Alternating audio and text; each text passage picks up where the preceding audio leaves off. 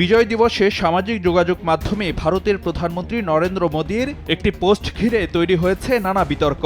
মোদীর ওই লেখায় পাকিস্তানি হানাদারদের বিরুদ্ধে বাংলাদেশের ৯ মাসের রক্তক্ষয়ী মুক্তিযুদ্ধ নিয়ে ছিল না একটি শব্দও, বরং ১৬ ডিসেম্বরকে ভারতের ঐতিহাসিক বিজয় হিসেবে দাবি করেন নরেন্দ্র মোদী। এ নিয়ে কয়েকজন উপদেষ্টা ব্যক্তি পর্যায়ে প্রতিক্রিয়া জানালেও আনুষ্ঠানিকভাবে এখনও কোনো বক্তব্য আসেনি সরকারের তরফে। ভারতের প্রধানমন্ত্রীর ওই পোস্ট প্রসঙ্গে কূটনৈতিক পর্যায়ে দিল্লিকে কোনো প্রতিক্রিয়া জানানো হবে কিনা সন্ধ্যায় সাংবাদিকদের এমন প্রশ্নের জবাবে ঢাকার অবস্থান ব্যাখ্যা করেন পররাষ্ট্র উপদেষ্টা। ভারতের পররাষ্ট্রমন্ত্রী বাই নেম আমাকে অভিনন্দন জানিয়েছেন এই বিজয় দিবস উপলক্ষে। প্রধানমন্ত্রী যে বক্তব্য দিয়েছে পররাষ্ট্র মন্ত্রণালয় থেকে আনুষ্ঠানিক কোনো প্রতিবাদ আমরা পাইনি। উনি তার মতো করে একটা জিনিস বলেছেন, আমরা আমাদের মতো করে বলবো। এদিকে মিয়ানমারের চলমান উত্তেজনাকর পরিস্থিতি পর্যালোচনা ও সংকট নিরসনে আয়োজিত আঞ্চলিক বৈঠকে যোগ দিতে বুধবার থাইল্যান্ডে যাচ্ছেন তৌহিদ হোসেন।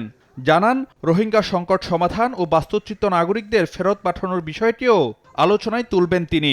আমাদের মূল বিষয় হচ্ছে যে 13 লক্ষ রোহিঙ্গা বাংলাদেশে আছে, আশ্রয় নিয়েছে, তাদেরকে নিরাপত্তার সাথে এবং অধিকারের সাথে ফেরত নিতে হবে। আজকে আমি ফেরত পাঠাতে পারবো না, এটা তো আপনারা সবাই বোঝেন। ওখানে একটা যুদ্ধ চলছে সত্যিকার অর্থে। কিন্তু যখন সেটেল ডাউন করবে সবকিছু, তখন আমাদের এই একটাই লক্ষ্য, এই লক্ষ্যেই আমরা কাজ করতে থাকবো।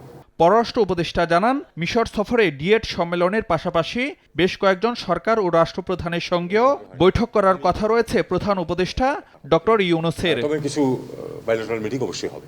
ফারুক ভিয়া, রবিন, সময় সংবাদ, ঢাকা।